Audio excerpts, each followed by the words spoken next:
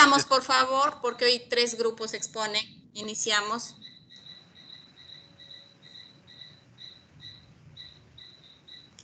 Quedó pendiente Doctora, con el grupo de Hilario, ¿no, Richman?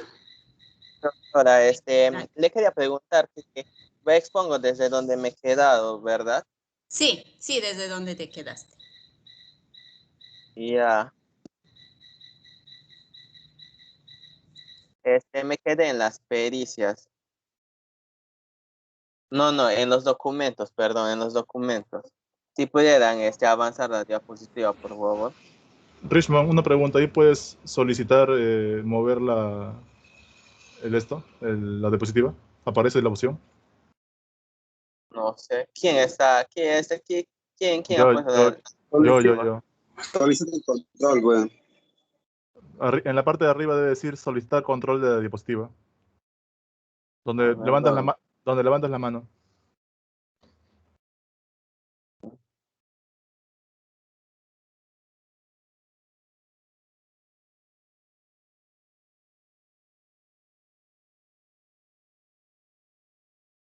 acceder a la pantalla completa? Ah, pero lo pueden mover. Ahí está, ahí me quedé. En los documentos, por favor. Esta anterior. Claro que lo puedo mover, yo lo estoy moviendo. No me sale la opción. Ya. Ya en los documentos, por favor. La pericia está después. A una diapositiva anterior. Ya, listo. Gracias. Ya, profesora, compañeros, según el tema que estamos tocando, ¿no? Acerca de las medidas típicas de protección, como ya hemos visto, ¿no? Existen 4 tipos de medios de prueba que nuestro código lo expresa. Una es la declaración de partes, declaración de testigos, documentos, pericias, y el último que es la inspección judicial. En este caso nos quedamos en lo que es el documento. Y ahora, diríamos, ¿no? Nos haríamos la pregunta, ¿qué entendemos nosotros por documento? Los documentos en sí no vienen a ser todos aquellos objetos que de forma material o literal se van a presentar. Esto se va a poder percibir por medio de la vista o por medio del oído, de repente también por ambos. Como señala el autor, ¿no? Carlos Plaza, que para él los documentos vienen a ser, como ya entienden antes, no objetos o cualquier cosa, ¿no? Que van a ser percibidas por los sentidos. En este caso, como mencioné, por el oído o por la vista. También de repente pudiéramos hablar acerca del tacto. De repente se puede tratar de una persona que no puede ver quizás, ¿no? Y puede percibir por medio del tacto el objeto o materia de acto jurídico. Diríamos también en conclusión que los documentos pues no solo van a ser como ahí lo expresa documentos, nos imaginaríamos, ¿no? Un papel con algo escrito en él. Y en realidad es una forma de categorización del documento, y eso viniera a ser el documento literal, pero no solamente es eso, también podemos encontrar, por ejemplo, de formas de documentos materiales como son las fotografías, de repente también un video, un audio, etcétera, ¿no?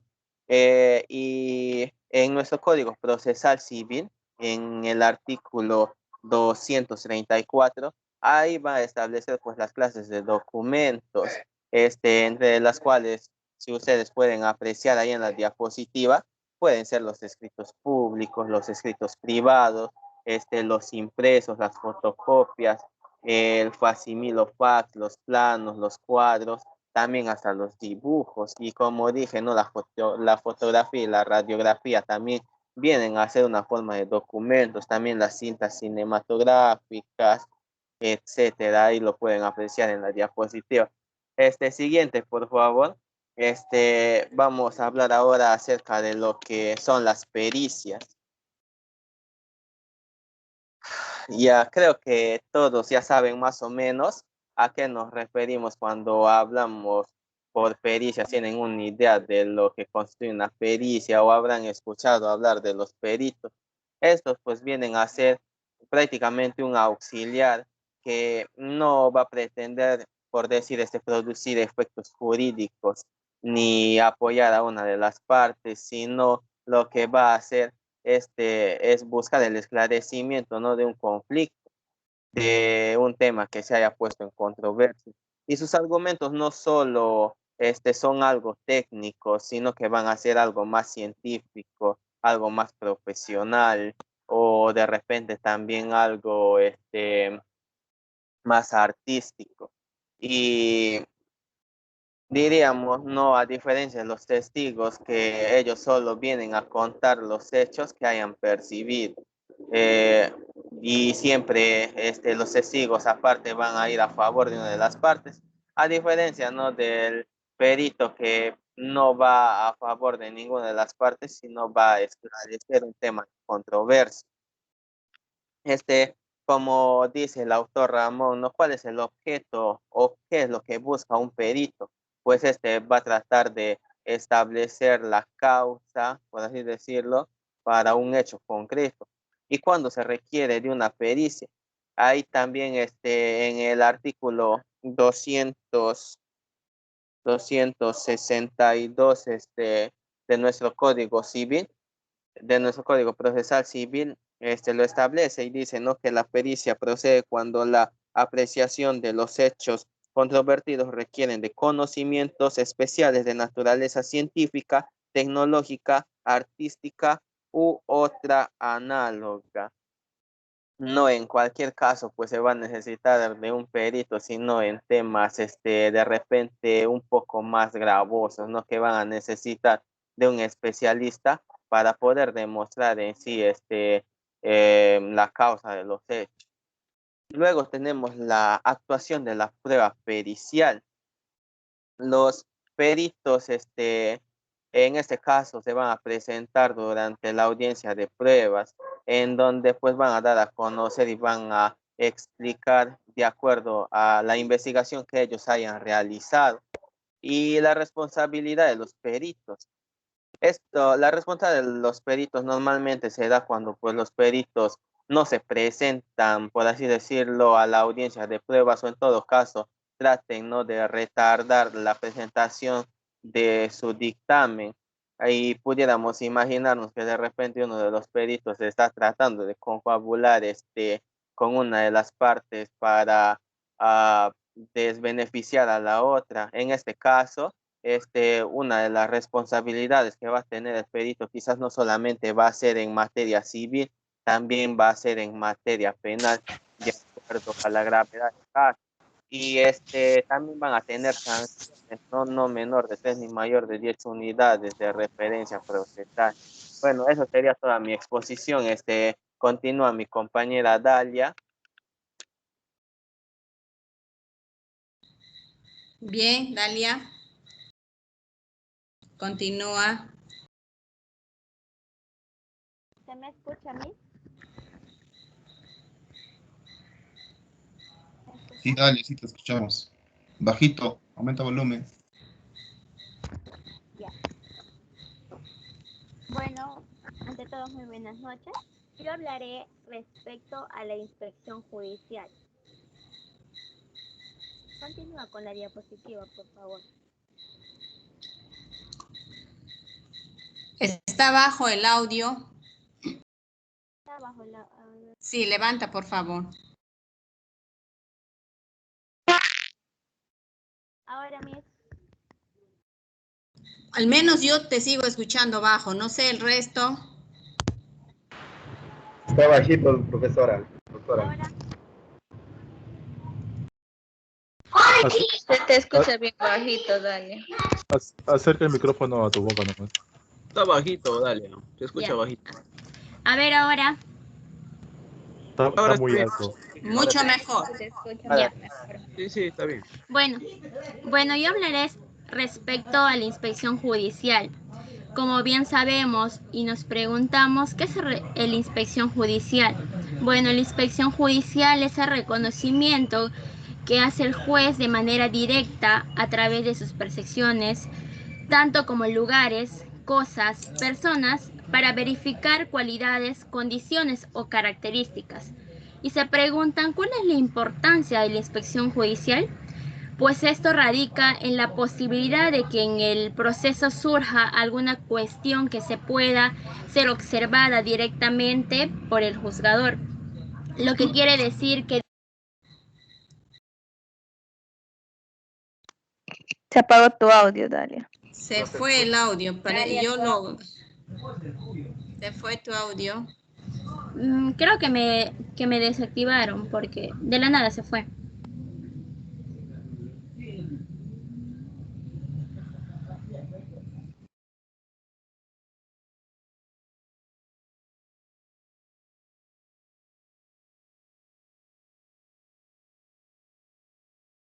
Dalia, no se te escucha.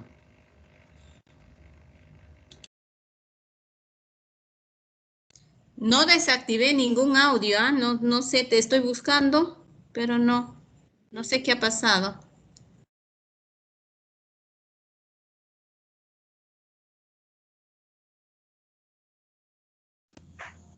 No sé si será el internet de la compañera, pero ella dice que le quitaron de la reunión, doctora.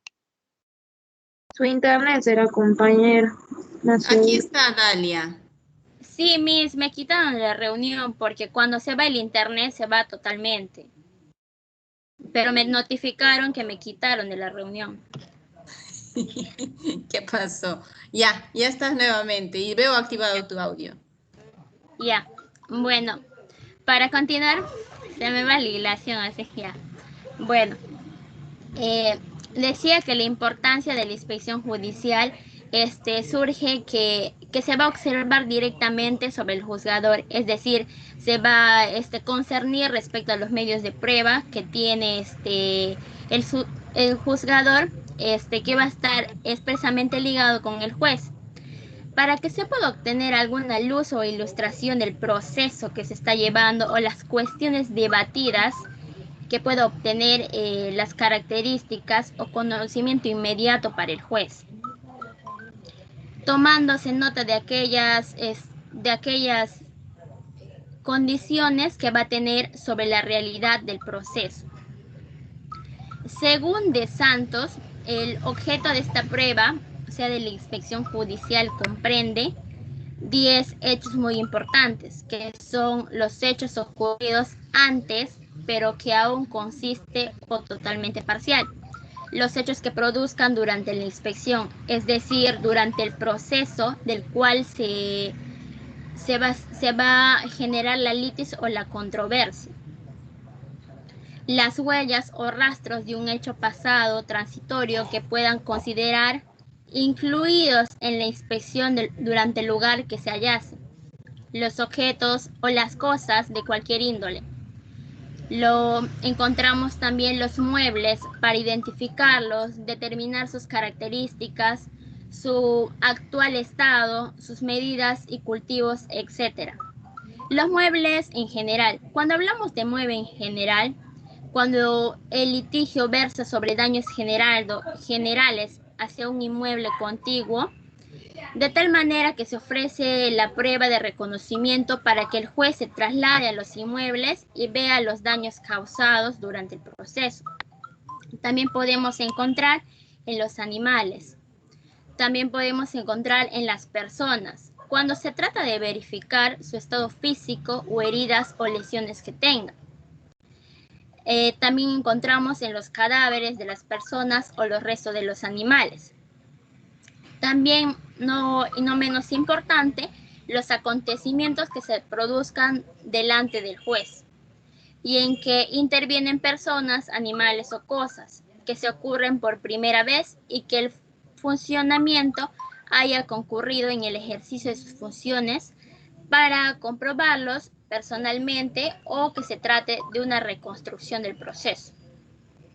En el artículo 272 del Código Procesal Civil, Inspección Judicial, Procede cuando el juez debe apreciar personalmente los hechos relacionados con los puntos controvertidos. Tal como lo ordena el artículo también 274 del Código Procesal Civil, en el acta de la audiencia de prueba, el juez hace tres descripciones muy descripciones sobre el proceso, que dice que se describe el lugar que se practica la inspección judicial. La segunda es describe los hechos, objetos o circunstancias que se observe directamente según sea el caso. También hará un resumen pertinente de las observaciones de los peritos, los testigos, las partes y sus abogados, que anteriormente se había hablado sobre los sujetos que intervienen en el proceso. La inspección judicial se trata de la prueba directa por autonomía, en virtud de la cual, a través de la percepción común, esta recoge observaciones directamente por sus sentidos sobre las cosas o personas que son objeto de la litis, o sea, del problema que está sucediendo o relación con ella, sin presentar asimismo testigos o peritos que intervengan para su recreación. En tal sentido, toda inspección es la observancia de alguien o de algo, así como la descripción que se hace durante el proceso, con el objeto de constatarlo y describirlo en el acta que servirá para establecer todo respecto a las situaciones jurídicas ya planteadas. Por último, y no menos importante, es recalcar que la inspección judicial representa el ofrecimiento de una prueba, una simple comprobación o aquello respecto del cual se pretende adquirir una certeza y una precisión para el proceso.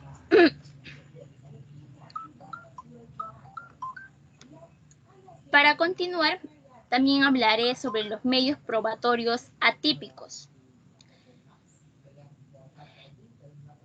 Es decir, son aquellos no contemplados en el ordenamiento jurídico, vale decir que carecen de calificación o denominación legal, siendo considerados generalmente como auxilios técnicos o científicos que puedan cumplir la finalidad de todo medio de probancia.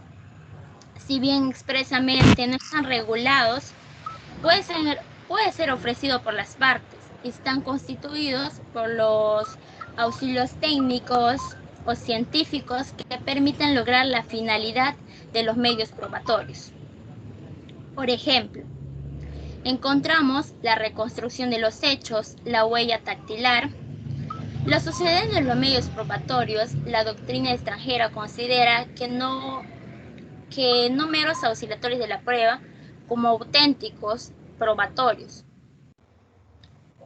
En relación también con la tecnología, los medios probatorios atípicos se trata también de auxilios técnicos o científicos que no han sido tipificados como ocurre con el ADN. Y ya está tipificada en la legislación y tiene una amplia difusión para propios y extraños. También encontramos cuando divulgamos un nuevo Código Procesal Civil en la década de los 90. Por ejemplo, concretos de un medio probatorio atípico y teniendo dificultades con su explicación y haciendo satisfactoria. Es decir, vamos a hacer dudas respecto a una nueva legislación.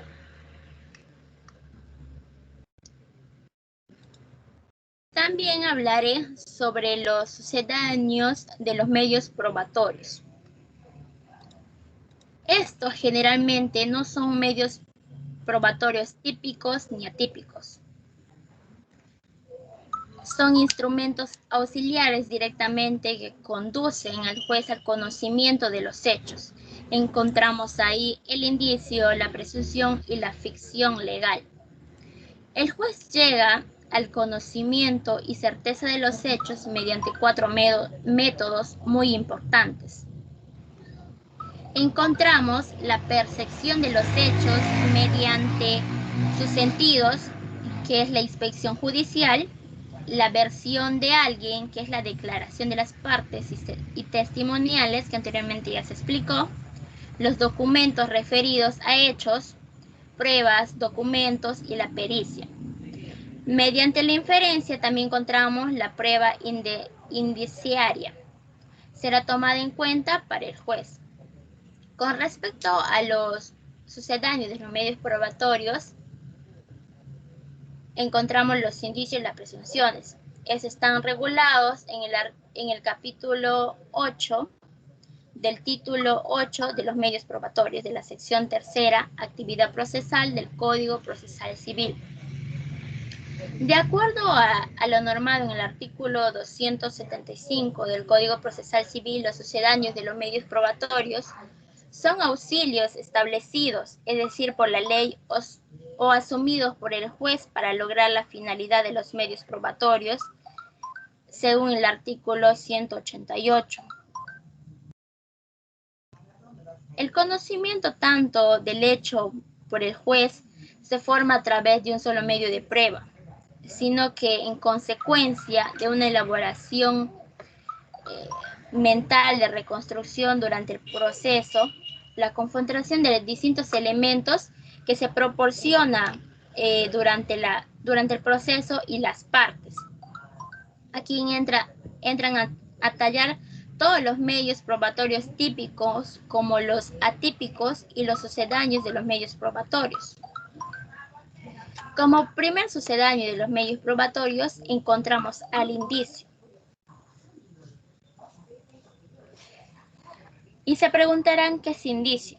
Se entiende por el indicio cualquier hecho conocido o una circunstancia de hecho que se va a conocer, del cual se infiere por sí solo o conjuntamente con otros. Tanto la existencia de un hecho tanto desconocido como conocido, mediante una operación lógica para inferir ese hecho. También se lo conoce como un razonamiento lógico inductivo, pues esta parte del acto o una circunstancia está acreditada hacia los medios probatorios que adquiere una significación en su conjunto cuando conduce al juez para el proceso y para una verificación estricta del proceso.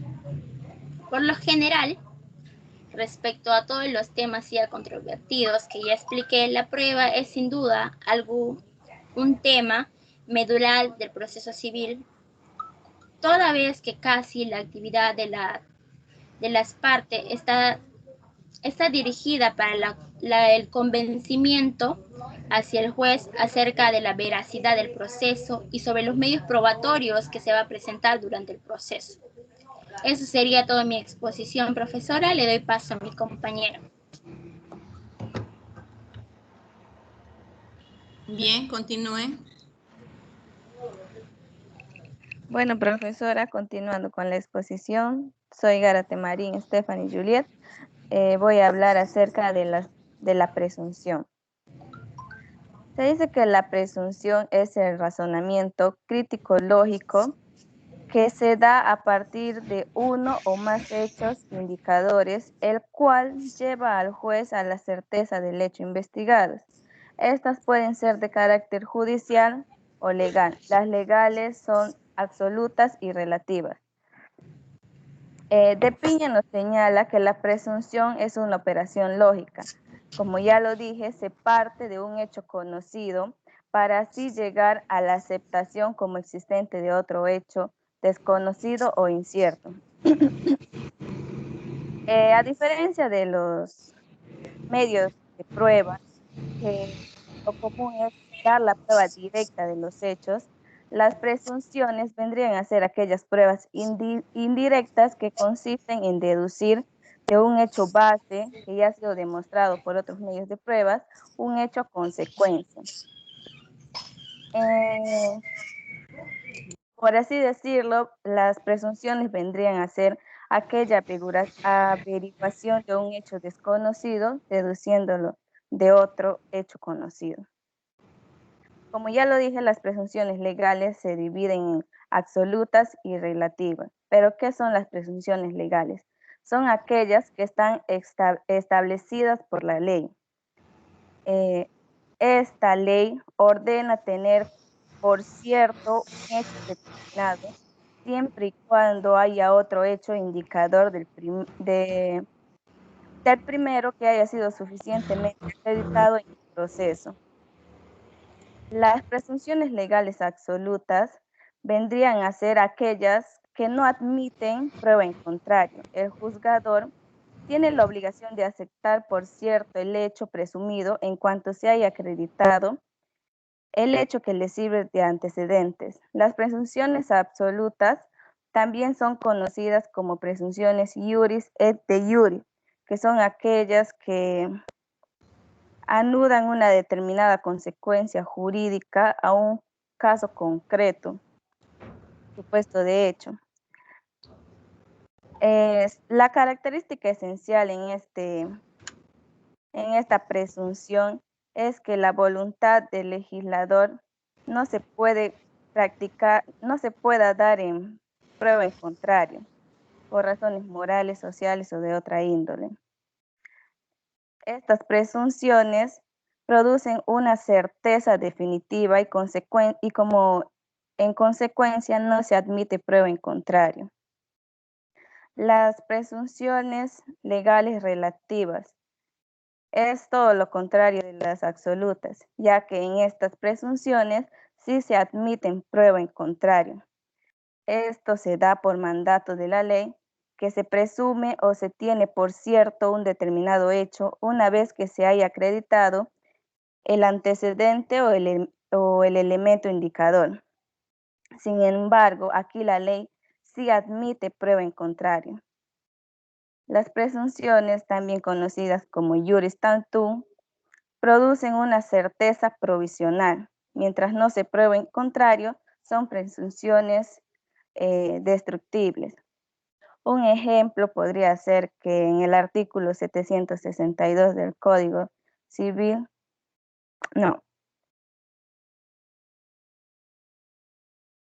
confundiendo ya. Siguiendo con la exposición, las presunciones judiciales son aquellas que logran tener el hecho o varios hechos como probables.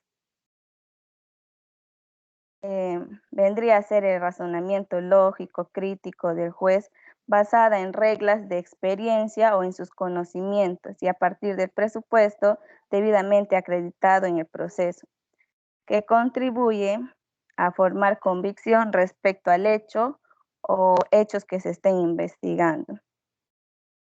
La ficción legal. Este se da como un sucedáneo de la prueba, en el cuyo contenido la ley establece como cierto, aunque este no sea así. Ante esta irrealidad no cabe prueba en contrario. Podría sonar similar a la presunción de iure, que vendría a ser la presunción legal absoluta.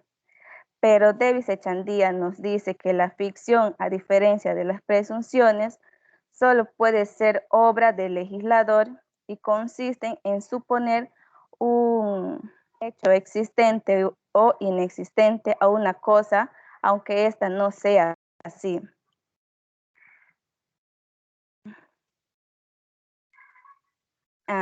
Existe un común entre la ficción y las presunciones, presunción absoluta, ya que ambas no admiten prueba en contrario, pero la ficción vendría a ser un mandato legal que no se basa en ninguna regla de la experiencia, ni en los constantes fenómenos físicos o morales, ni siquiera en su carácter ordinario, sino que esto se basa en la voluntad del legislador que parte de una base absoluta en contraria. La ficción, como ya lo dije, nace por la voluntad del legislador.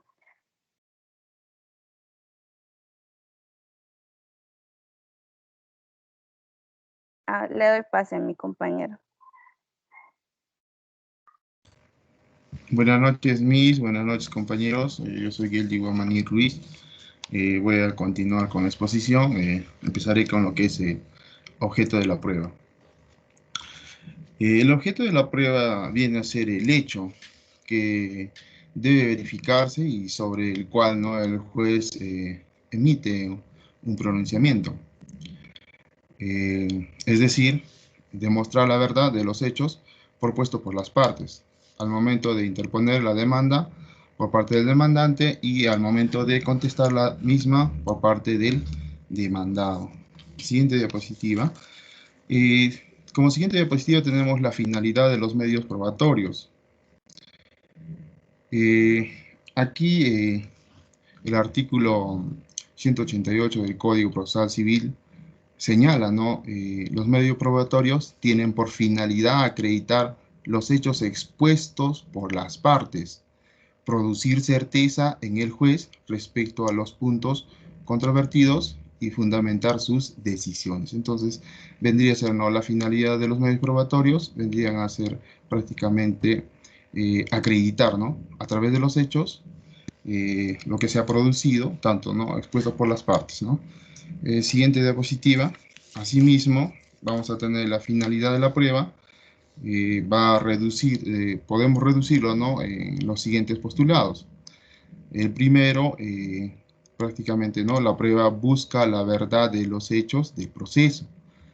En el otro caso tenemos, ¿no?, la prueba busca lograr la convicción del juez, que ya lo hemos mencionado, para que resuelva el conflicto admitiendo las posturas de las partes, y el que logre convencerlo prácticamente, ¿no?, va a va a producir la convicción en el juez. Y como tercera postura tenemos, ¿no?, a la prueba va a buscar determinar y fijar formalmente los hechos mediante determinados procedimientos. Estas tres posturas nos señalan que las partes, mediante la prueba, van a buscar determinar la verdad de los hechos propuestos en las causas pretendidas, ¿no?, donde el juez deberá aplicar con relación a la prueba las afirmaciones de las partes y sus negaciones y contrastando, ¿no?, el material probatorio, y para que luego determine los hechos, ¿no?, si son verdaderos o son falsos, logrando, ¿no?, establecer la verdad. Siguiente diapositiva, tenemos lo que es el objeto de prueba en el Código Civil. La prueba, el objeto de la prueba en el Código Civil viene a ser, ¿no?, ya lo que estamos mencionando seguidamente, lo que va a permitir al juez experimentar todos los medios de prueba posibles, ¿no?, lícitos, para poder determinar, ¿no?, lo que es la verdad o falsedad de lo que vendría a ser, ¿no?, los hechos. Aquí la función demostrativa de la prueba se va a encontrar en lo que plantea la operatividad y se va a prácticamente demostrar, ¿no?, a través de un sistema de admisión de medios de prueba abierto uno de la valoración libre y apreciación conjunta de los medios de prueba. Asimismo, dice, el objeto de prueba tiene los conceptos que vienen a ser, ¿no?, los conceptos objetivo y abstracto. En relación a lo que es el concepto objetivo, la prueba es aquella que es susceptible de demostración ante el respectivo órgano jurisdiccional para cumplir con los fines del proceso. Y lo que viene a ser la abstracta, la concepción abstracta, es constituir todo hecho material o psíquico, pero en un proceso, dicen, específico, que va prácticamente, ¿no?, se va a contraer a los hechos con efectiva vinculación en la cuestión debatida de la propuesta. Un ejemplo de esto podremos encontrarlo de repente, ¿no?, en los casos de, en casos de contenciosos, ¿no? Contenciosos. Siguiente diapositiva, estoy confundiendo. En relación a lo que es el objeto de la prueba en el Código Civil, vamos a ver, ¿no?, acá que vamos a aclarar algunos conceptos. Uno dice, no constituye un objeto concreto de la prueba los puntos controvertidos, o sea, los afirmados y no aceptados dentro del proceso. Asimismo, no debe ser confundida, dice, la noción de objeto de prueba con el tema de la carga de la prueba. Creo que esto es importante diferenciarlo, porque el objeto de la prueba lo que va a hacer es prácticamente sobre los hechos, lo que va a hacer es versar la cuestión planteada que deben probarse. Y en relación a lo que es la carga de la prueba, lo que va a hacer es, va a fijar cada litigante prácticamente lo que quiere demostrar, ¿no? Lo que está interesado a demostrar. Seguidamente tenemos los hechos como objeto de la prueba. Siguiente diapositiva. El objeto de la prueba se haya constituido, dice, por los hechos invocados en las alegaciones, debidamente a entenderse por los hechos todos aquellos sucesos o acontecimientos externos e internos, susceptibles de presunción o deducción. Es importante acá ver, ¿no? Los hechos que no son materia de prueba. Como primer hecho prácticamente tenemos, serán, dice, los hechos no alegados por las partes, aquella prácticamente que no son materia de prueba.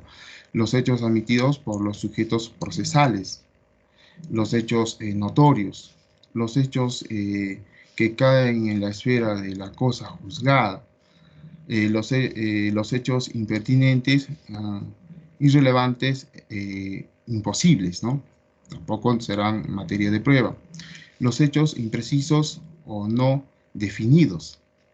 Los hechos presumidos por la ley tampoco serán materia de prueba. Y el derecho nacional, ¿no? En este caso debe ser aplicado de oficio por el juez. Siguiente diapositiva, tenemos lo que es prácticamente la improcedencia de los medios de prueba. Aquí sobre los medios de improcedencia de la prueba, prácticamente quien va a declarar es el juez, ¿no? La declaración de la improcedencia la hará el juez en la audiencia de fijación de puntos controvertidos. A su vez, esta decisión es apelable, dice, sin efecto suspensivo. Este medio de prueba será actuado por el juez si el superior revoca su resolución antes, dice, que sea expedida la sentencia. O sea, tiene que ser antes que sea expedida la sentencia, ¿no? Al respecto del artículo 190 del Código Procesal Civil, que trata sobre la pertinencia e improcedencia de los medios de prueba, señala que los medios probatorios deben referirse a los hechos, ¿ya? Y la costumbre cuando ésta sustenta la pretensión. Los que no tengan esa finalidad serán declaradas improcedentes por el juez. En este caso, la improcedencia de esas pruebas estará a cargo del juez. Siguiente diapositiva. Referente a lo que es la disposición entre la prueba, distinción entre la prueba y el medio probatorio, ¿ya? Es importante también poder diferenciar estos conceptos, porque una cosa es la prueba y otra cosa es el medio probatorio. Entonces, la prueba prácticamente viene a ser, ¿no? En lo que es las razones que conducen al juez a adquirir certeza sobre los hechos. Ya eso viene a ser la prueba, ¿no? Puede ser concebida estrictamente como las razones que conducen al juez a adquirir certeza sobre los hechos. Mientras que los medios probatorios son los instrumentos que emplean las partes u ordena desde el magistrado a los que se derivan y generan tales razones. Es importante, ¿no? Estamos prácticamente entendiendo, ¿no? Hay una diferencia tremenda entre lo que es la prueba y los medios probatorios. Y como conclusión, tendríamos, ¿no? Lo que es el objeto de la prueba, es los hechos, ¿no? Que se va a verificar, los que va el juez verificar, ¿no? Y a través de eso emitir su pronunciamiento. También podemos decir como conclusión, ¿no?, que la prueba va a buscar determinar o fijar formalmente los hechos mediante determinados procedimientos. Esto sería todo referente a nuestra exposición, profesora. De esta manera estaría dando por concluido mi exposición. Gracias. Bien. ¿Qué pasó al final? La cámara se apagó. Ya, continuamos con, a ver, ¿quién está en el grupo 4, ¿no? Del Águila Bat y su grupo. Sí, profesora, buenas noches. Ya, podemos empezar. Gracias, el grupo 3. Ahora empezamos con el 4.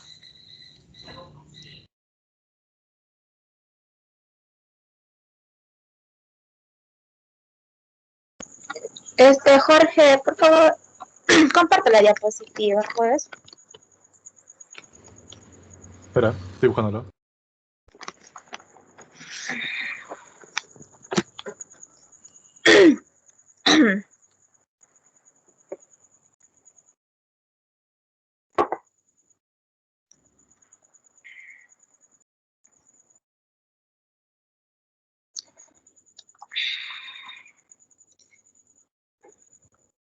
Ya, muy buenas noches, profesora y compañeros en general. Hoy nuestro tema a tratar es la valoración probatoria. Por favor, avancen. ¿Qué es la valoración probatoria? Es el conjunto de actos procesales que despliegan los sujetos procesales destinado a los elementos que es la recepción, la valoración y los elementos procesales. ¿Qué nos quiere decir?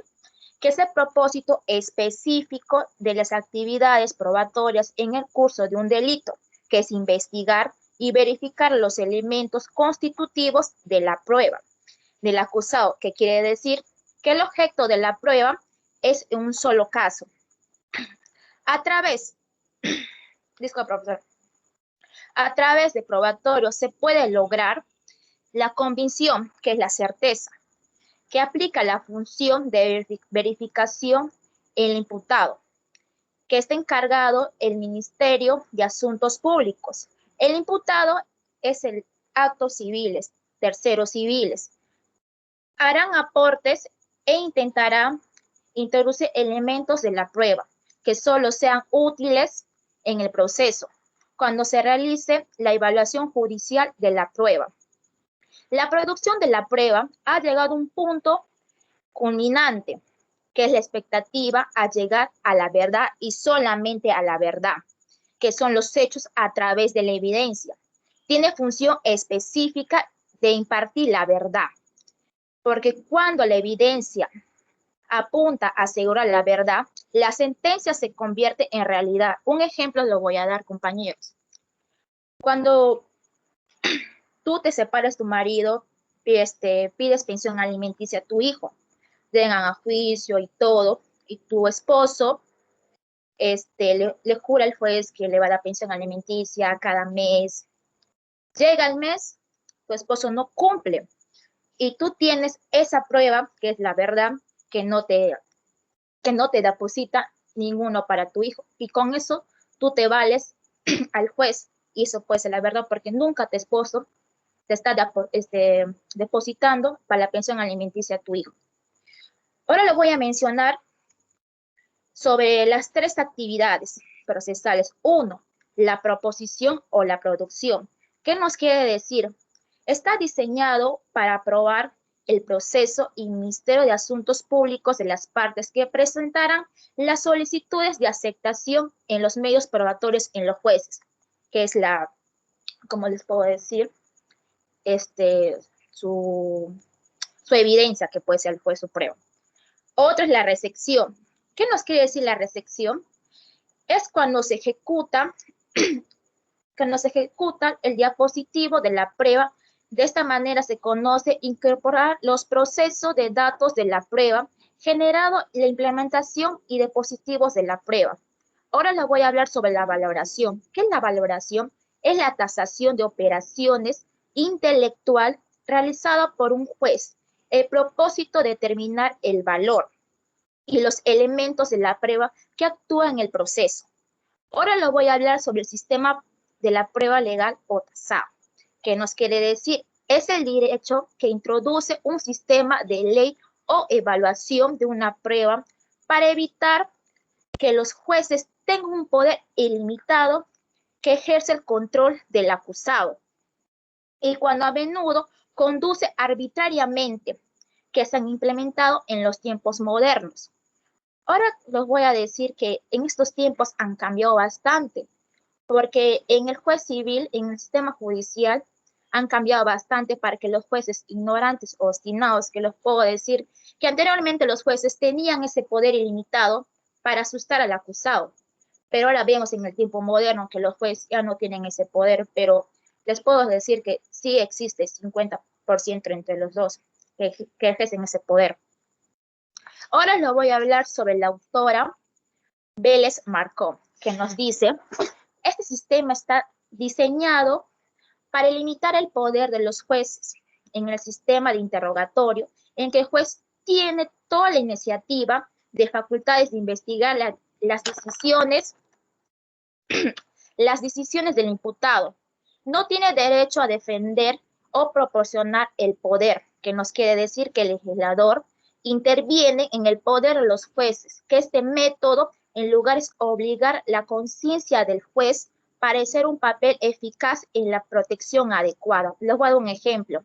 El testimonio de dos personas era considerado como prueba plena.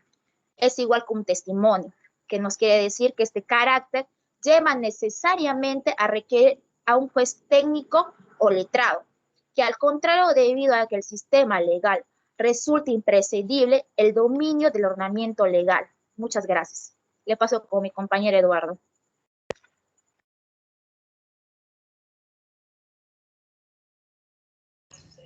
A ver, ahí para un poco aclarar.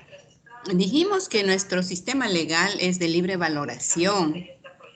De pronto has leído algún autor en la que yo al menos te entiendo de que no es de libre valoración, sino prueba tasada, de que el legislador influye en el raciocinio, en el resultado que va a dar el juez, lo que no es así.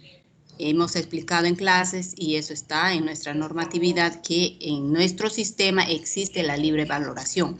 Ahora, que como crítica de pronto en la praxis no se da y que bueno hay contubernio entre el juez y un litigante, eso no es legal, eso no, o sea, el que se dé en la práctica no significa que sea correcto. Nosotros podemos decir esto sucede en la práctica, pero no es lo que la ley indica. ¿Ya? Eso hay que tenerlo bien claro porque la norma expresa e indica que tenemos el sistema de libre valoración de la prueba. Continúan, por favor.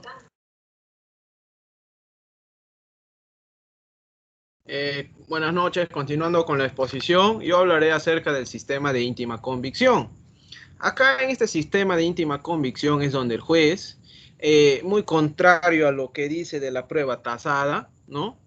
Lo que mencionó mi compañera Flor, acá el juez toma ya las decisiones propias ya de uno mismo y juntamente con el jurado, ¿no? No sé si habrán visto en las películas así norteamericanas donde hay un juicio, ¿no? Donde ahí se maneja el common law, donde hay un jurado, un juez, ¿no? Y una persona que ha acusado y un defensor y esto. Ahí es donde el juez da palabra para que el jurado dé una decisión y mediante esa decisión emita la sentencia, ¿no? En esto se basa este sistema de íntima convicción. Acá las reglas no son tomadas,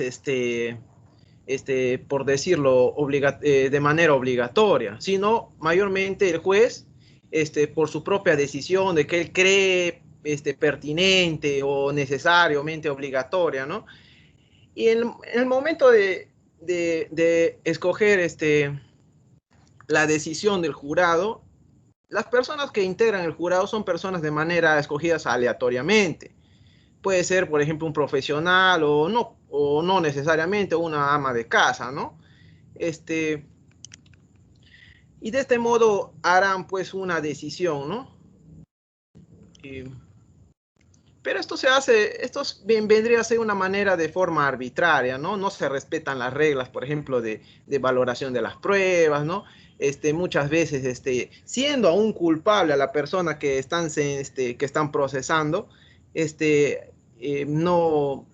no dan el valor a la prueba que se están presentando. Y mayormente en estos tipos de juicios, esos son mayormente prima la oralidad, ese es como el cerebro de todo este proceso, ¿no?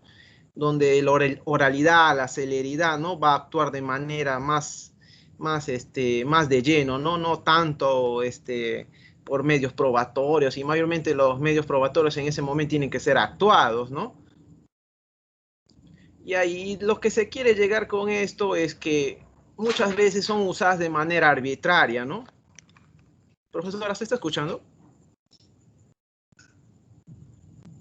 Profesora, ¿se escucha? Te escucho perfectamente, perfectamente, no hay problema. Ya. Y eso es lo que se quiere evitar con este sistema de íntima convicción, ¿no? Que se respeten las pruebas, ¿no? Y que muchas veces su manera de arbitrariedad pone en peligro, ¿no? Hacia la persona que realmente busca esa justicia, ¿no? Continúa con la siguiente diapositiva, por favor.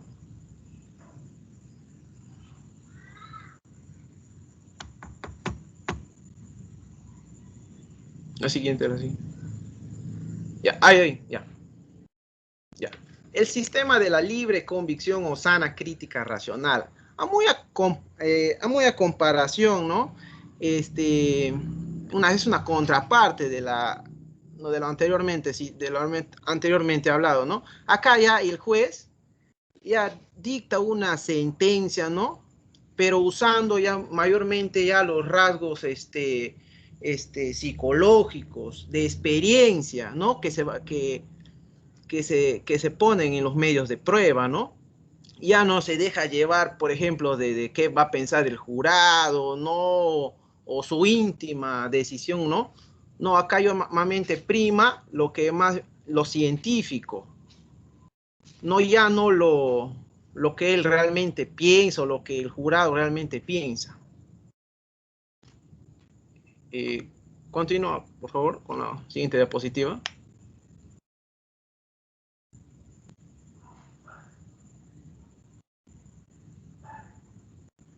La siguiente, por favor.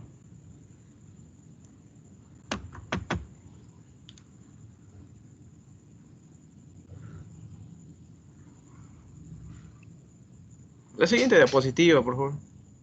No se mueve.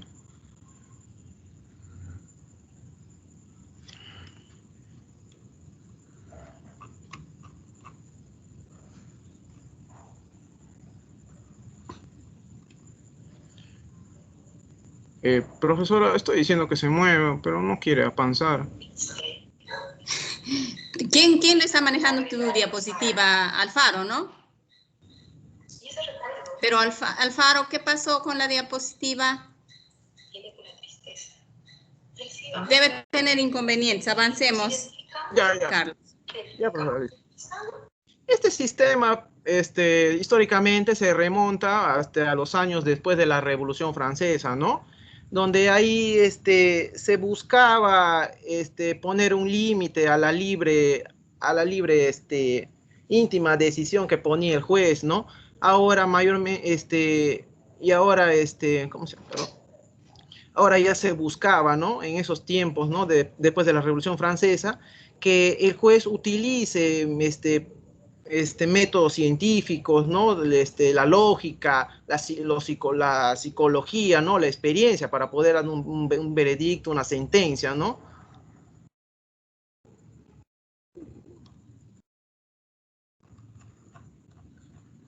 Y donde acá lo que prima es el razonamiento que se va a usar, ya no lo que realmente él piensa, ¿no? Lo que realmente le parece conveniente o no. Perdón. Ya, ahora, terminando con esto, hablaré acerca del criterio de conciencia. El criterio de conciencia... Alfaro, ¿qué pasó? No avanza la diapositiva. ¿Está Alfaro? Hola. Ya. Ya. El criterio de conciencia significa apreciar la prueba que se relacionada con los demás actuados, ¿no? Y con la realidad de los hechos. Y según este examen que se va a dar, es de darle un valor probatorio o no. Es decir, que se va a usar el criterio de la conciencia usando un esfuerzo de razonamiento, ¿no? Que el juez debe emplear. De ese modo, se va a emplear, por ejemplo, acá se emplea, por ejemplo, los propios de la sana, los elementos propios de la sana crítica, ¿no? Donde se usa la lógica, la psicología, la experiencia, para este modo darle un valor a las pruebas. Y de parte también, y conjuntamente, motivar la decisión judicial, porque a comparación con la íntima convicción, las sentencias, dicho, no eran motivadas, es decir, no eran explicadas. Era tanto así la arbitrariedad del juez de ese entonces, ¿no? Que solamente decía que sentencian por tal, pero no decía el por qué o cuál ha sido los motivos, no daba una explicación clara, ¿no? Y solamente se dejaba llevar por el jurado. Pero acá en el criterio de conciencia, busca ya que las pruebas tengan un realce, un valor más ya específico, ¿no?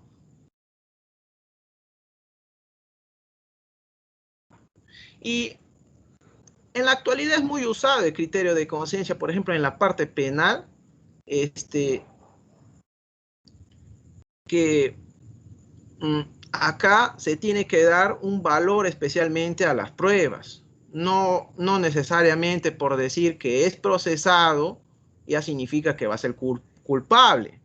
No, acá las pruebas tienen un valor muy íntimo con el imputado. Y es por eso que se dice que la valoración probatoria y la presunción de inocencia van de la mano. ¿Por qué se dice eso?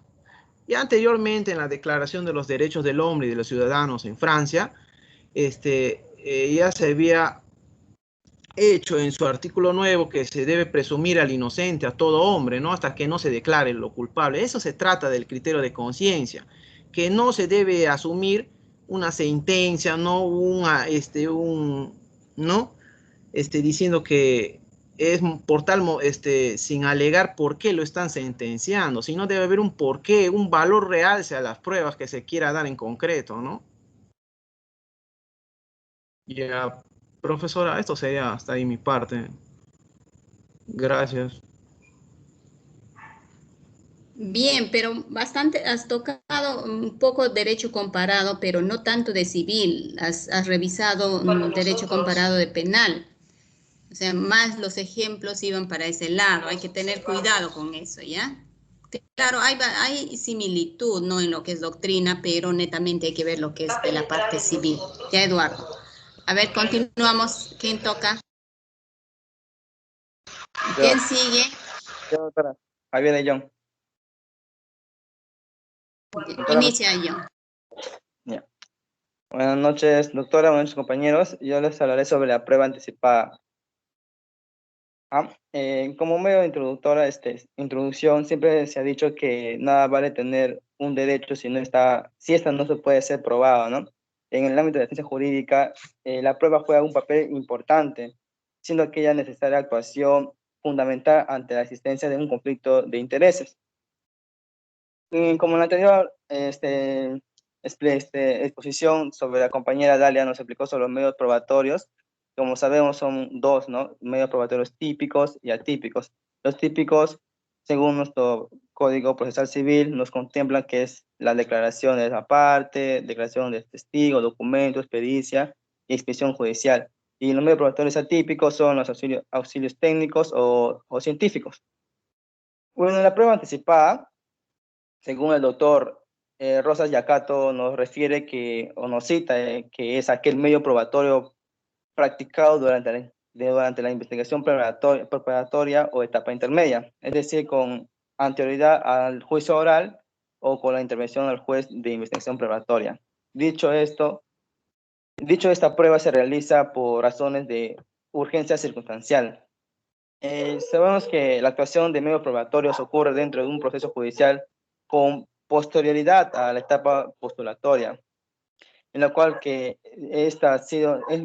han sido ofrecidas, llevándose a cabo dicha actuación a la audiencia de pruebas, pero no necesariamente en el mismo proceso, ¿no? Se puede presentar la prueba, sino con anterioridad, antes del comienzo de la etapa de proceso.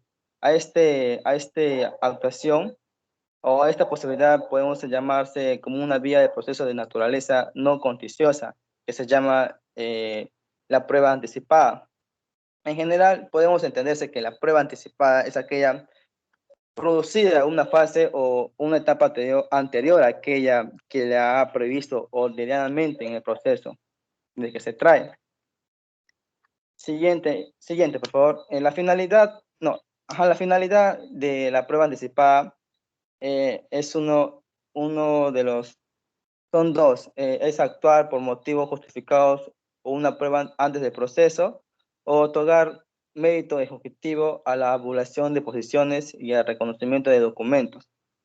Uno de los requisitos, esto está contemplado en nuestro artículo 284, que es la invocación de la legitimidad con la que se actúa, la indicación de la presentación genérica que se va a reclamar en el futuro y la razón que justifica la actuación probatoria anticipada. Aunque en el código no le indica prácticamente, uno de los requisitos también puede ser el propuesto básico, ya que el solicitante debe demostrar razonablemente la necesidad de tener una actuación anticipada de la prueba, es decir, justificar el por qué no puede esperar la actuación del medio probatorio hasta en el momento ordinario que le correspondería al mismo en circunstancias normales.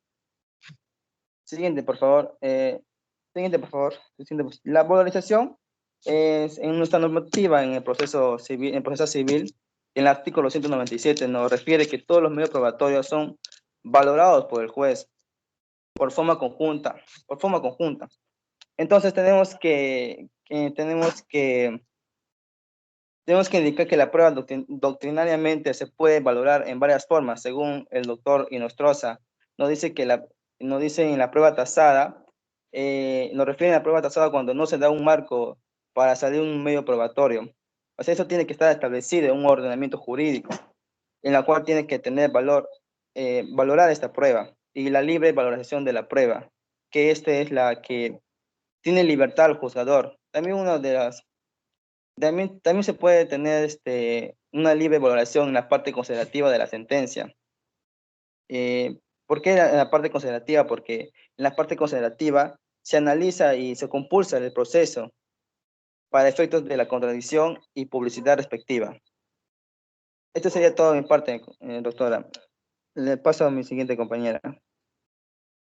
Gracias, continúa. Profesora, compañeros, buenas noches. Siguiendo con la exposición, voy a hablar sobre el principio de saneamiento o expurgación. Mediante este principio, los jueces tienen facultades suficientes para que de esa forma puedan ellos resolver las incidencias o problemas que puedan ocurrir mediante el procedimiento, ya que esto se da de manera limitada y tiene como objetivo prevenir o obstaculizar el juicio sobre el fondo del caso, pudiendo incluso declarar una conclusión inmediata. En este proceso está estrechamente relacionado con el principio de rector, como también con el principio de autoridad del juez. Siguiente. Saneamiento procesal.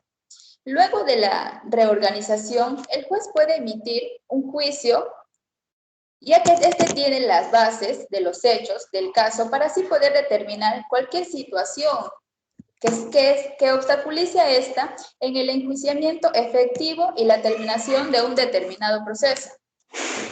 Siguiente.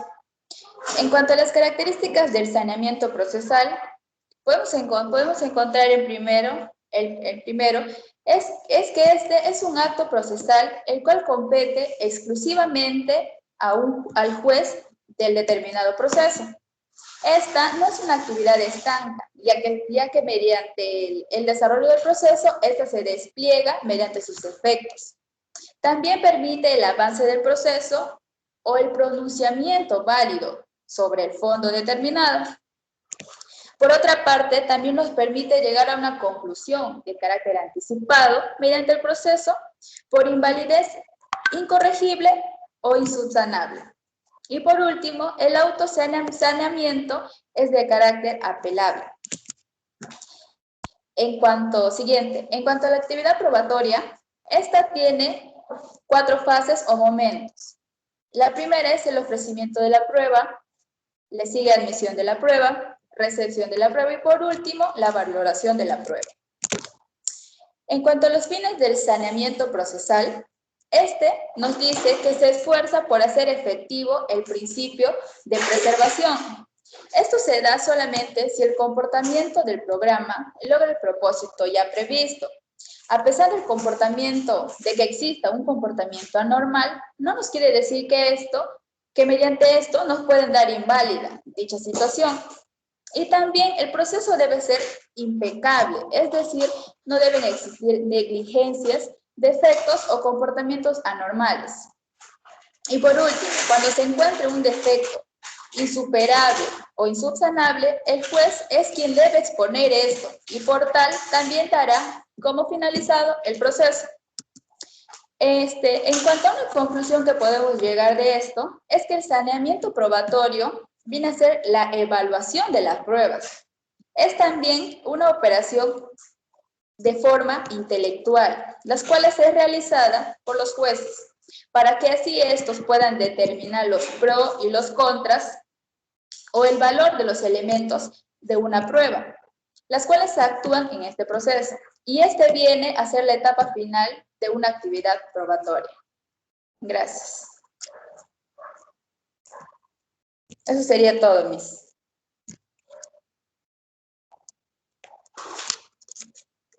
Gracias. He estado revisando. Lamentablemente, no sé si el trabajo lo hacen en grupo o yo sé que hay dificultad para reunirse, pero a través del medio tecnológico sí es factible reunirse y trabajar juntos. Porque si uno de sus compañeros ha trabajado un área que es penal, nadie lo ha advertido. El trabajo monográfico contempla todo lo que es sistema probatorio, está del área penal. ¿Qué pasó? ¿Quién me da una explicación coherente de lo mal que han hecho en este trabajo? Me hablan de Rosas Yataco en prueba anticipada, que es un juez penal, juicio oral. ¿Qué tiene que ver en nuestro? De repente, comparativamente podría ser, pero no tiene nada que ver en nuestro curso. Lo han trabajado el criterio de conciencia, igualmente todo lo que es tema penal. No, o sea, es algo, yo no les diría nada si fuera, no un poco comparativo, pero lo han trabajado completamente del área penal. ¿Qué ha pasado? ¿Quién es el responsable del grupo?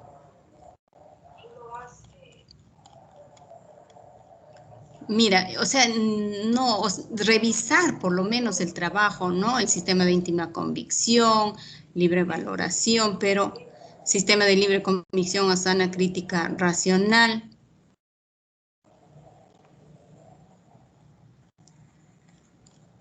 Ver,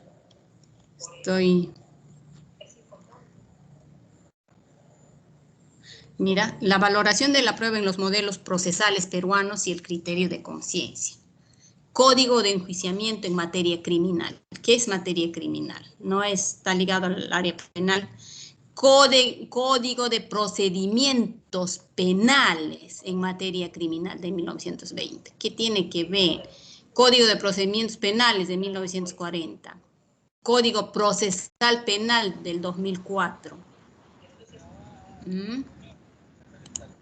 ¿Qué tiene que ver en nuestro curso? Y no existe Y no existe el código de procedimientos civiles, no tenemos códigos que han antecedido en materia civil. Bien, es un trabajo que no está bien elaborado, hay que tener en cuenta eso, ¿ya? Para la evaluación. O voy a tener en cuenta eso para la evaluación. El siguiente grupo, por favor.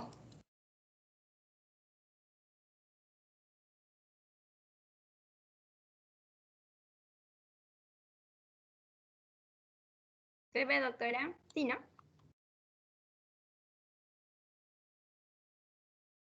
Mi audio está apagado. Sí, sí se ve.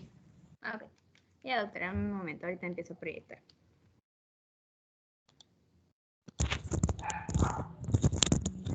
Listo, chicos, empiecen. Ok. Doctora, compañeros, tengan ustedes muy buenas noches. En esta oportunidad vamos a exponer las formas especiales de conclusión del proceso. Siguiente. Ok,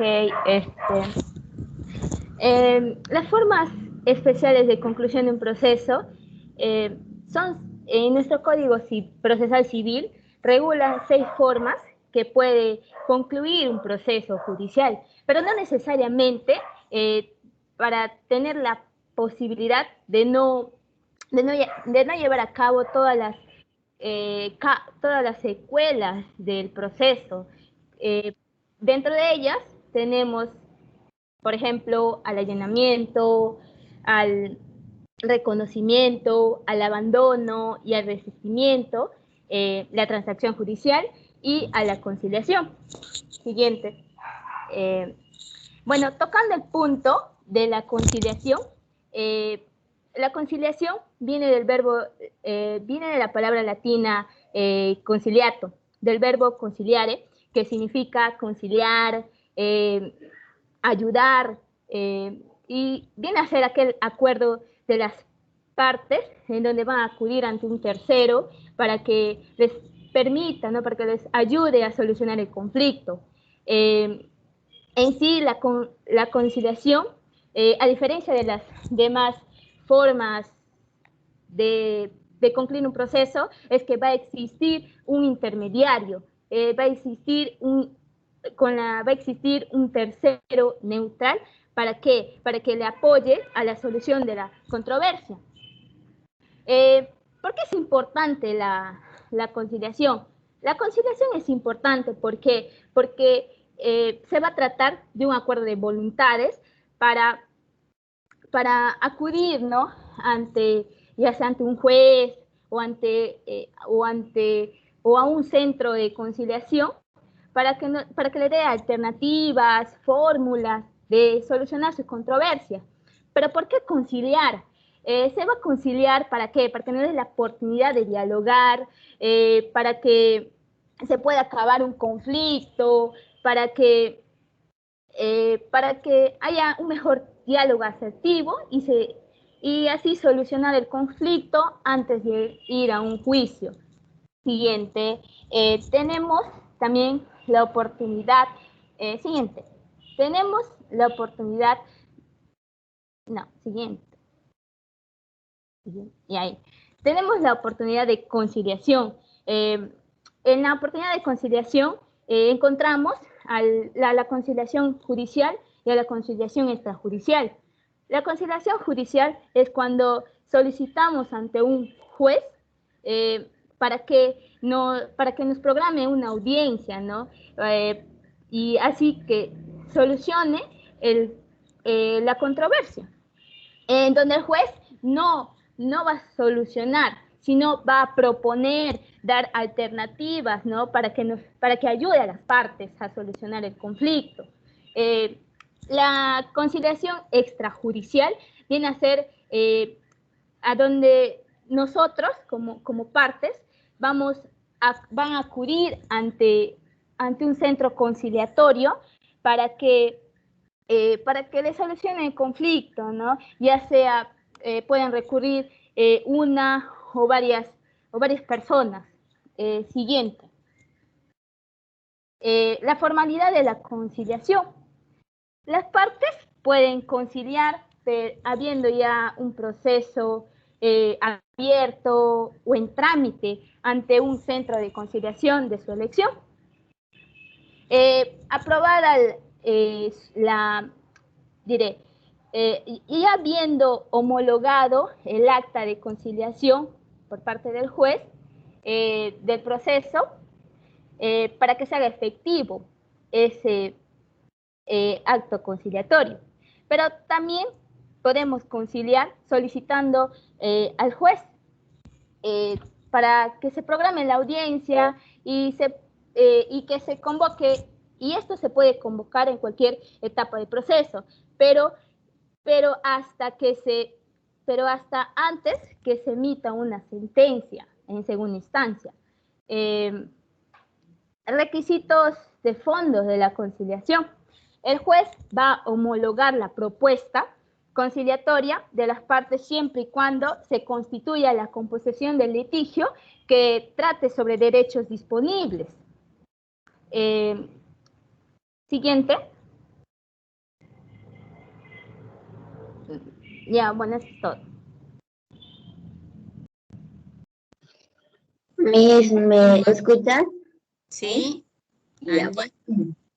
Continuando con la exposición, yo voy a hablar sobre el allanamiento y reconocimiento.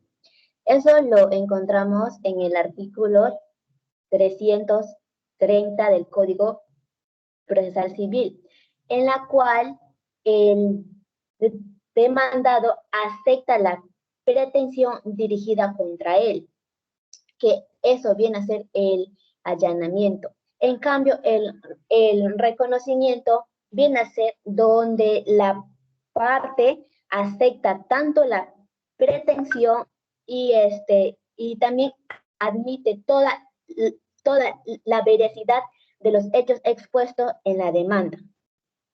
Pero nosotros tenemos que tener en cuenta, y como también para poder recordar, que la pretensión procesal está compuesta por dos elementos muy importantes, que es el petitorio, que viene a ser el objeto de la pretensión, viene a ser el elemento principal, en la cual viene a ser el pedido concreto que está haciendo el demandado, y la causa petendi viene a ser cuál fue el motivo, cuál fue la razón del pedido.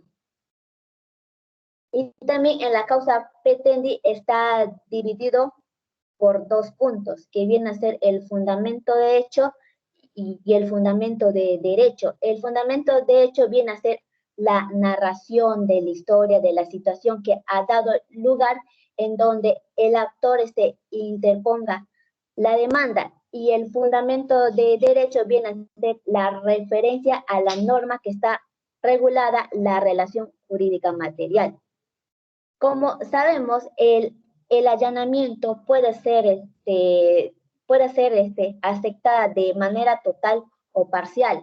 Cuando hablamos de manera total, el juez debe expedir la sentencia de inmediato. En cambio, si se da de manera parcial, es donde hay dos o más pretensiones en donde el demandado solo se va a allanar solo a una de ellas. En ese caso, el juez seguirá un proceso en razón a las pretensiones que no comprende el allanamiento del demandado. Entonces, les hago una pregunta: ¿en qué momento uno puede allanarse? Como menciona el artículo 331 del Código Procesal Civil, eso se puede hacer antes que el juez emita una sentencia. Y también es importante saber que cuando uno se va a allanar, el demandado lo debe hacer en un plazo que tiene antes de contestar la demanda, en la cual eso ayudará que se pueda exonerar las costas y los costos del proceso.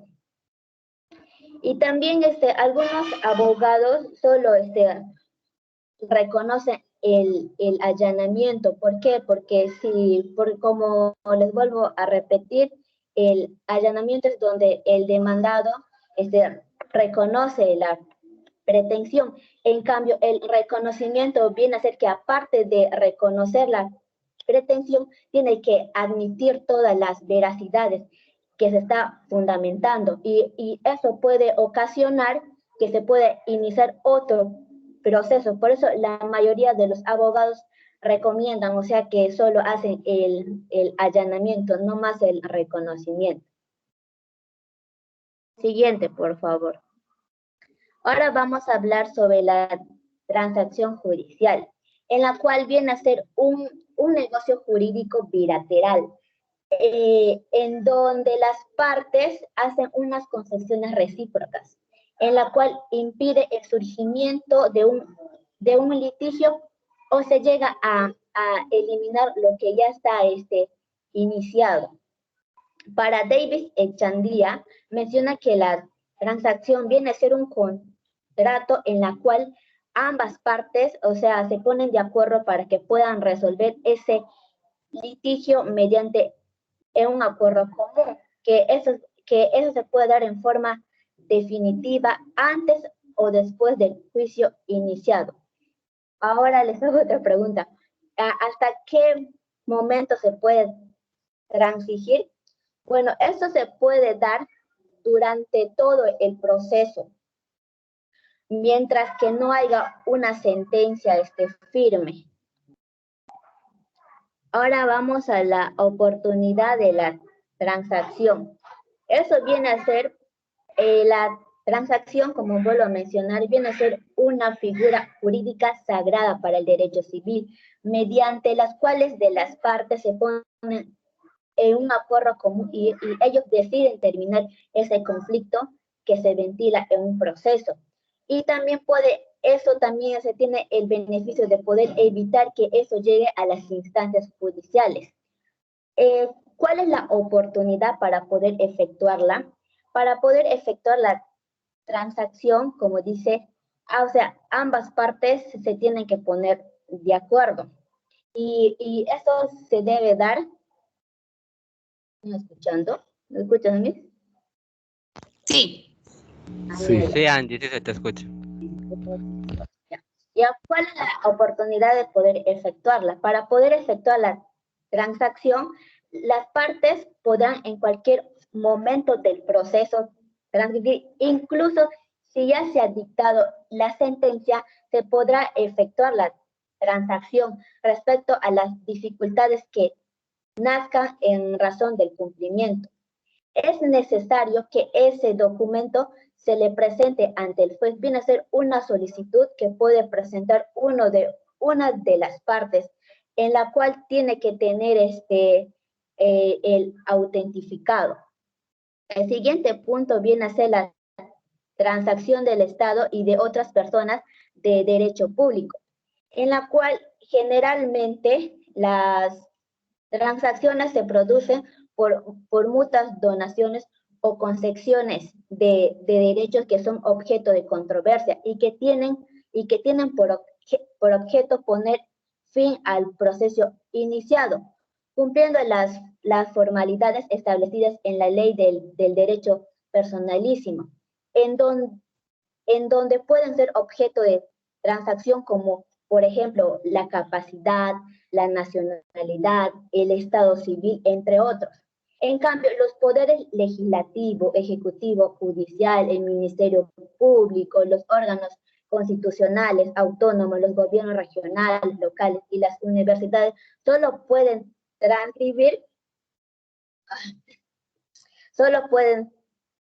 transcribir antes una previa aprobación por la autoridad o funcionario competente.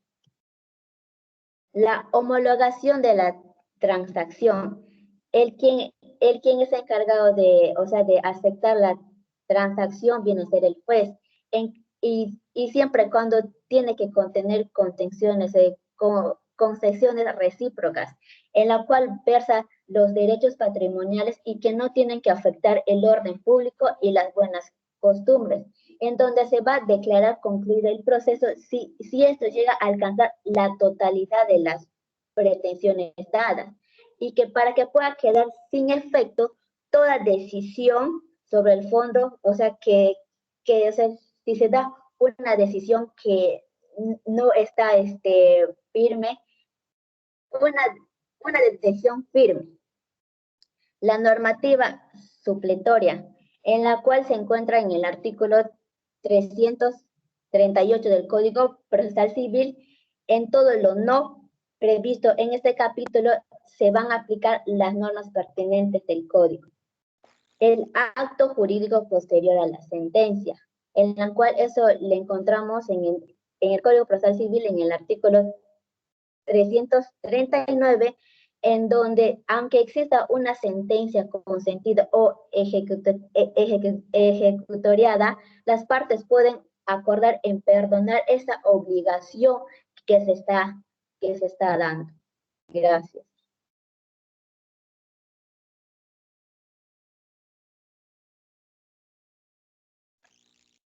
Josué. Estoy hablando sin audio. Profesora. ¿Quién sigue? Yo, profesora. Ya. ¿Empiezo ya? Quedan dos. Di tu nombre, di tu nombre. Soy Josué, profesora.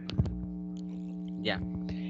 Profesora y compañeros, muy buenas noches. En esta oportunidad yo les voy a hablar sobre el desistimiento y el abandono.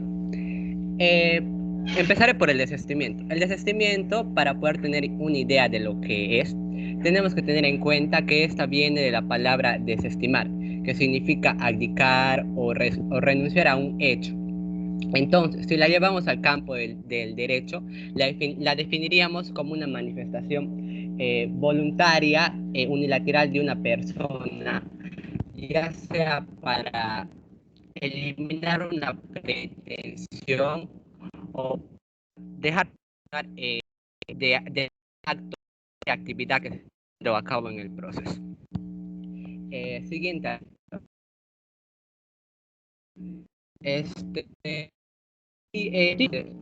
Una vez que ya tenemos que es un desistimiento, el artículo 340 del Código Procesal Civil nos habla de tres tipos de desistimiento: el desistimiento del proceso, el desistimiento de un acto procesal y de la pretensión. El desistimiento del proceso. En este caso, el desistimiento del proceso se la podría definir también como aquel acto jurídico en el que el demandante da a conocer su voluntad o expresa aquel deseo de querer apartarse del proceso, en la cual va a romper este laxo que hay de la relación jurídica que se está llevando a cabo del proceso. Pero para que esto surge efecto es requerible de que se cumpla lo que se establece en la ley, se cumpla lo que el juez tiene que declararlo como eficaz, pero siempre y cuando no haya reconvención formulada. Pero un punto que también tenemos que destacar dentro de este desistimiento del proceso es que también el demandado lo puede realizar si es que el actor, la otra parte, se ha desistido del proceso y él posteriormente puede dar a conocer su voluntad y desistir del proceso.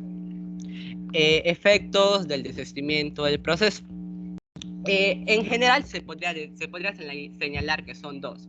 Primero, de que esta va a afectar directamente a la pretensión, por lo que la persona que ha realizado, en este caso el desistimiento procesal, va a en sí manifestar su voluntad y no se va a poder realizar en este caso este proceso, teniendo en cuenta al demandado que está en este proceso y la pretensión que se ha dado. Pero también en este caso no solo se comunica el deseo de apartarse del proceso, sino también el deseo que tiene la persona de renunciar al pedido de que ya no se continúe con este proceso, ¿no? Siguiente, Alessandra, por favor. El desistimiento de actos procesales. En este caso, el desistimiento de los actos procesales también es una forma de romper, digamos, aquella relación procesal que se está dando, pero que también deja sin efecto aquel acto procesal o aquella situación procesal que se está dando. ¿Me escucha, profesora? Sí. ¿Sí? Ya. Sí. Por lo que tendríamos que también aclarar que ese tipo de desistimiento es una subdivisión del desistimiento procesal, tal, si es que no me equivoco, como lo señala el artículo 340 en el inciso 1. Bueno, sí, siguiente, Alessandra. El desistimiento de la pretensión. Este tercer tipo de desistimiento se da cuando, digamos, la relación de la conclusión del proceso se ha realizado, por lo que esta va a afectar la cuestión de fondo del proceso, de la pretensión que se está dando, por lo que el sujeto que la ha realizado va a romper el lazo, ¿no? Y por lo que el juez también no va a poder ventilarla a otro juicio, no va a poder realizar otro juicio teniendo en cuenta esta pretensión que se ha dado. Efectos del desistimiento de pretensión. En relación a los efectos que realiza este tipo de desistimiento, nos dice que esto hace que esto solo va a afectar al derecho sustancial. ¿Y por qué? ¿Por qué solo afecta al derecho sustancial? Porque es un acto estrictamente procesal, es un acto que se va a realizar teniendo en cuenta lo que se realiza en el derecho, del proceso, ¿no? Por otro lado, eso también está relacionado con la red litigiosa. ¿Por qué? Porque esta también va a representar el objeto del proceso. ¿Por qué aquella deja de serlo definitivamente en razón de la declaración que se efectúa en la petición, en la pretensión? Siguiente, Alessandra, por favor. Diferencia entre el desistimiento de la pretensión y la del proceso. En el caso del desistimiento de la pretensión, tendríamos que aclarar que esto es esencialmente unilateral, salvo si es que posterior a la sentencia de la primera instancia pueda que sea convencional. Y en el caso del desistimiento del proceso, tiene un cierto carácter bilateral, va a haber una afectación bilateral. En el caso del desistimiento de la pretensión, esta se da sobre una relación material litigiosa, que a causa de esta deja de serlo.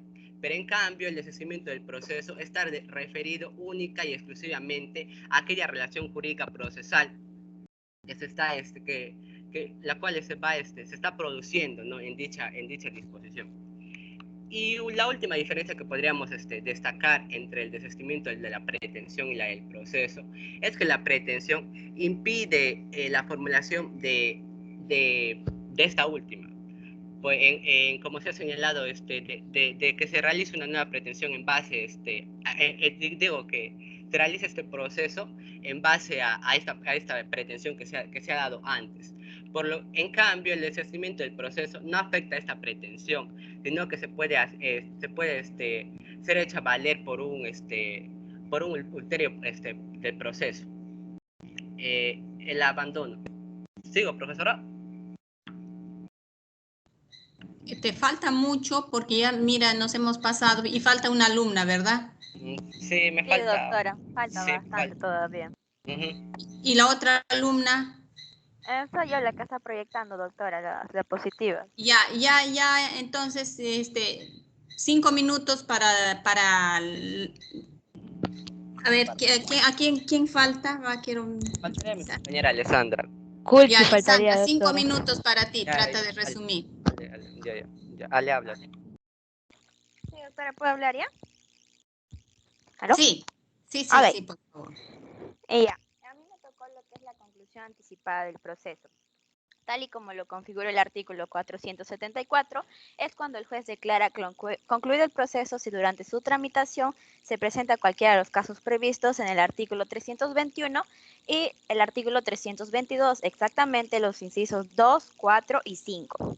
Y al momento que nosotros ponemos en escena estos artículos, estos van a ser tomados como una justificación para concluir el proceso. Y de manera anticipada, claro. Hay dos formas de concluir el proceso, ya sea la conclusión sin declaración de fondo y la conclusión con declaración de fondo. Empecemos primero con la conclusión sin declaración de fondo, que está en el artículo 321. El primer supuesto, que es la sustracción de la pretensión del ámbito jurisdiccional, o también llamada obsolencia procesal por la doctrina alemana. Acá nos dice que toda pretensión, al ser postulada, tiene una declaración de voluntad para solicitar la actuación del órgano jurisdiccional frente a la persona que obviamente no es el accionante. Un ejemplo, un ocupante que desocupa un predio. Este entrega las llaves al juzgado o al accionante, después de que tuvo conocimiento de la demanda que contiene la pretensión. En este caso, la pretensión sería el desalojo. Acá nos podemos ver que la pretensión ha sido satisfecha fuera del ámbito jurisdiccional, por lo cual es el primer supuesto. El segundo, por disposición legal deja de ser un caso justiciable. Acá, por más relevancia jurídica que tenga, el ordenamiento mismo no les permite la posibilidad de ser exigido judicialmente. Un ejemplo son las deudas que provienen del juego de la apuesta no autorizada. En lo que es el supuesto número 3, abandono del proceso.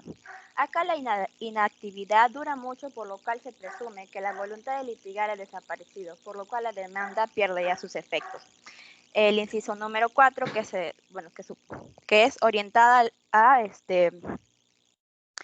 lo que es la validez de la relación procesal. Si no se logra una buena relación, no se continúa el proceso.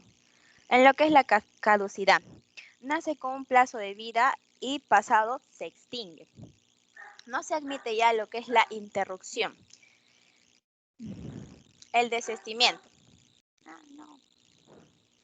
El desistir de una pretensión implica una renuncia al derecho sustantivo discutido en el proceso. Este desistimiento se sustenta en un derecho efectivamente existente y produce los efectos de una demanda infundada. El desistimiento del proceso es una renuncia no al proceso, sino a la continuidad de él.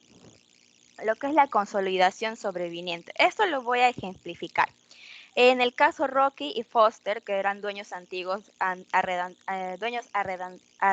arrendatarios de un viejo solar en Beneficencia, en Lima, por el inminente peligro que haya un derrumbe, la Municipalidad de Lima autoriza lo que es la demolición y la Beneficencia se ocupa de reubicarlos en ENACE. Luego ya de meses, ENACE los demanda por ocupantes precarios. Pero Rocky y Foster logran que se les adjudique dicho inmueble, por lo cual produce la conciliación del proceso. Lo interesante de este supuesto es que la forma de afectación del vínculo obligacional no lo aniquila, sino que neutraliza lo que es la persecución judicial. El 8, adicionalmente a los casos ya previstos, que es la inasistencia de las audiencias de pruebas 2 veces y la no ratificación de los actos de procuradores oficiosos, y lo que son las costas y costos del proceso. Ahora vamos con lo que son conclusión con declaración de fondo. Son solamente 3 supuestos. Lo que es la conciliación ya explicado, un pequeño resumen, el acto jurídico bilateral por el cual las partes buscan solucionar un conflicto de intereses con la ayuda de un tercero, pero siempre tiene que haber sido controlada por la jurisdicción. Por eso es que decimos que es la con declaración de fondo. La transacción, cuando se hacen concesiones recíprocas que extinguen las obligaciones litigosas y es necesaria la aprobación judicial para que recién pueda hacer efectos homologatorios, lo cual quiere decir que dan validez a convenios procesales arribados por las partes. Y el último, que sería renuncia al derecho que sustenta la pretensión. Acá se abdica y renuncia al derecho y que se reclama. Y en el artículo 342 nos da una especificación que es la oportunidad para el desistimiento de esta. Opera antes de la sentencia de la primera instancia. El proceso termina con los efectos de renuncia, lo cual genera lo que es la conclusión anticipada. Si nos hemos dado cuenta en esto que hemos mencionado, todos tienen que tener el control de la jurisdicción para que sean conclusión con declaración de fondo. Gracias, doctora. Eso sería todo por mí.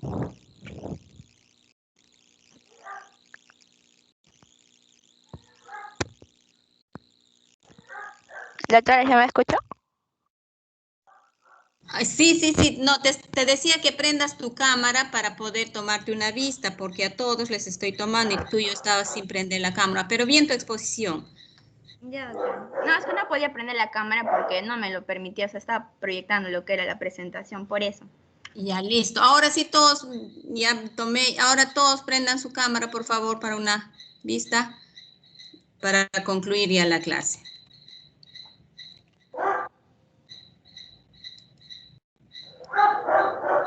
A ver, Dalia Chucutaya, ya. Alfaro, siempre sales en primera plana. Siempre, doctora. Listo. Nos vemos, chicos. Dorisita, Isabel, Bardales, Richman. Chao, chao. Nos vemos ya. El otro grupo me está esperando. Buen fin de semana. Buenas noches, doctora. Buenas noches, doctora. Sea amable con el examen. Estoy doctora. hablando. Ya, el día jueves el examen.